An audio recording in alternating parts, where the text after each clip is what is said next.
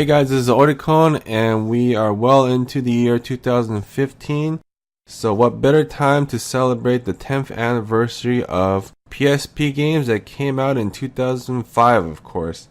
So let's get right into part 2 of my PSP Collection series by taking a look at the games that came out in 2005. Now I'm actually going to cheat a little bit here because I actually recently acquired just last week copies of Metal Gear Acid 1 and 2, and Metal Gear Acid 1 came out in 2004, pretty much the same week that the PSP came out, making it virtually a launch title. So since I didn't have this game when I did my 2004 video, I'm going to go ahead and throw both of them in this video and just kind of take a look at the first one because I don't really want to look at the second one until I've beaten the first one. So having said that, the first game we're going to check out is Metal Gear Acid 1 and 2, which came out in 2004 and 2005 respectively. Now I only played this game for a couple hours, but for being a launch title, it actually was really impressive what the graphics looked like. I mean, if you were to see these graphics in 2004, I don't know about you, but I'll be pretty blown away because it looks like, a console game on your handheld. And when I originally heard that it was some sort of a card battling game, I thought it was going to be some sort of lame, kind of free-to-play mobile stuff. But I forgot that in 2004, you didn't really have that kind of game. So it actually looks like a pretty sophisticated kind of strategy game. And it looks really, it's got a unique art style. And it looks like a pretty cool game overall. So I wouldn't be surprised if it ends up in the MJR Hidden Gems video somewhere a couple years down the line. But anyways, it looks like a really cool game. And, the gameplay is very slow paced, so I can see why it didn't get that mainstream mass appeal. But I would say this is definitely a game to keep an eye out for.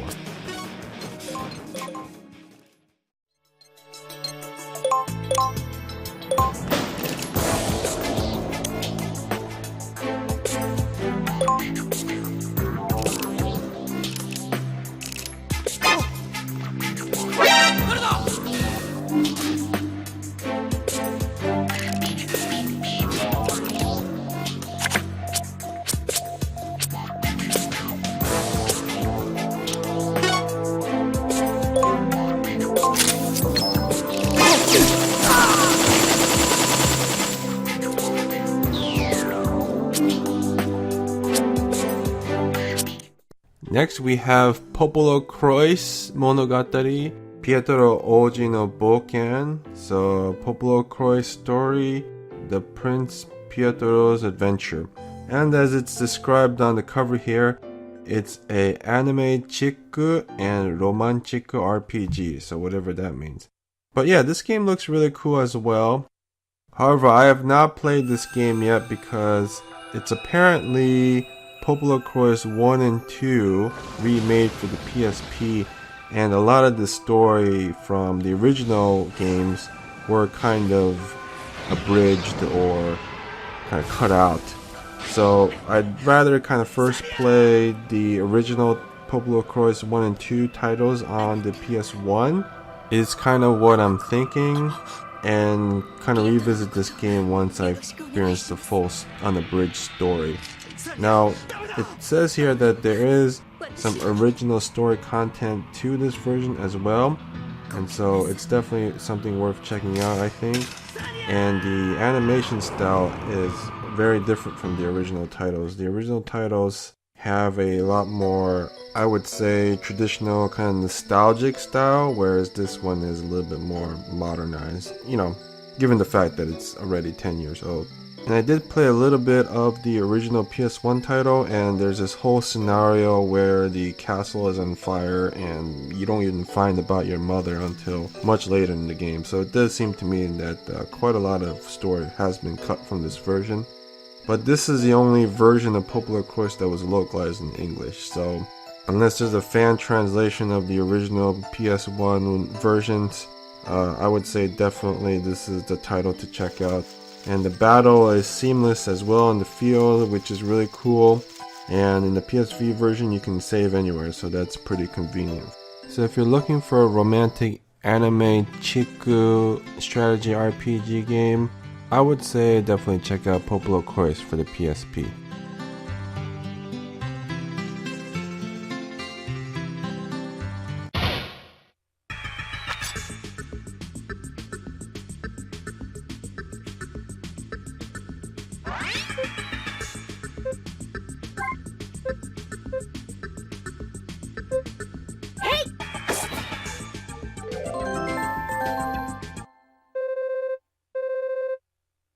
Next, released in early March, we have Tales of Eternia. I don't have much to say about this game, as most of you are well aware of the Tales series.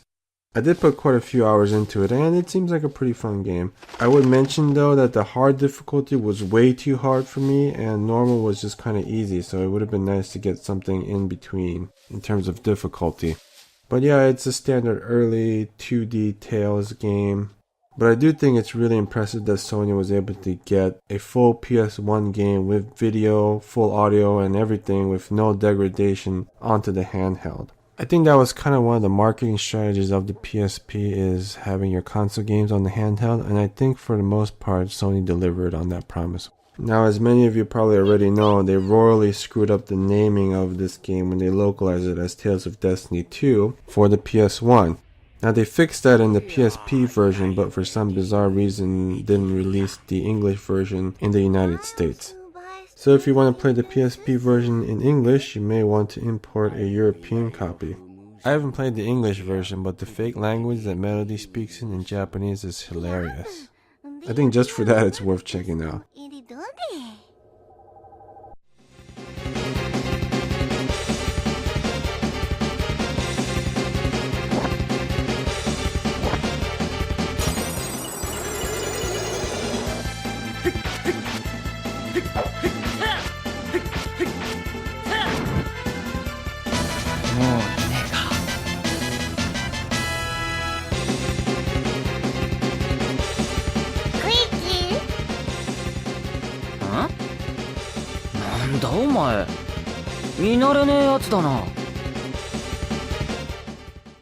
Next we have, I'm gonna guess here, this is Shinten Makai, Generation of Chaos 4, Another Side.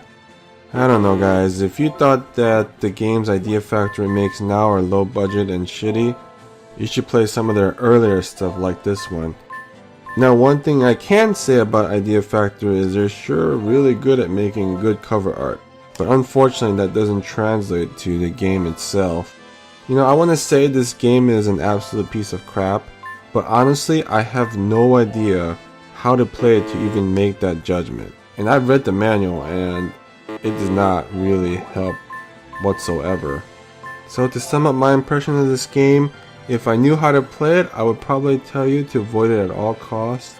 I'm probably going to get rid of it as well in my collection, but I feel like I need to at least play the game before I get rid of it, and I have not yet figured out how to do that.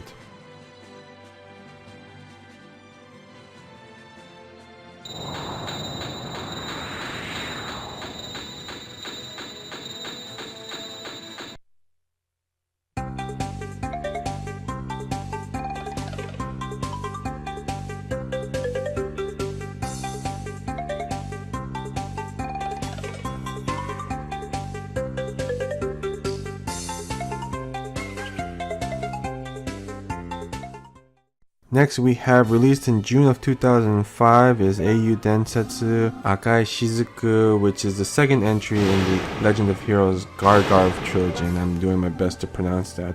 Or as it's known in the West simply as The Legend of Heroes Tear of Vermilion. Now, it's not too surprising that this was mistakenly released as the first entry in the trilogy, because Moonlight Witch Prophecy and this game really have absolutely nothing to do with each other. You don't need to play one before playing the other. And frankly, Moonlight Witch Prophecy I wouldn't really recommend to anyone, because as I said, it was one of the most boring generic RPGs I've ever played. And I don't know if they were kind of aware of this when making this title, because this title starts out with quite a bang, which is very different from Moonlight Witch Prophecy, where nothing happens for like the first half of the game. So yeah, the intro was exciting, there was a lot of cool special effects, so this game definitely looked more promising, and I would say, having beaten it, that yes, it is a much better game than the previous entry. It's so much better, in fact, that I would say that this game is just kind of mediocre as opposed to the most boring game I've ever played in a long time. While the combat system have moved to a more turn-based system, you know, there's not much that's changed in that respect.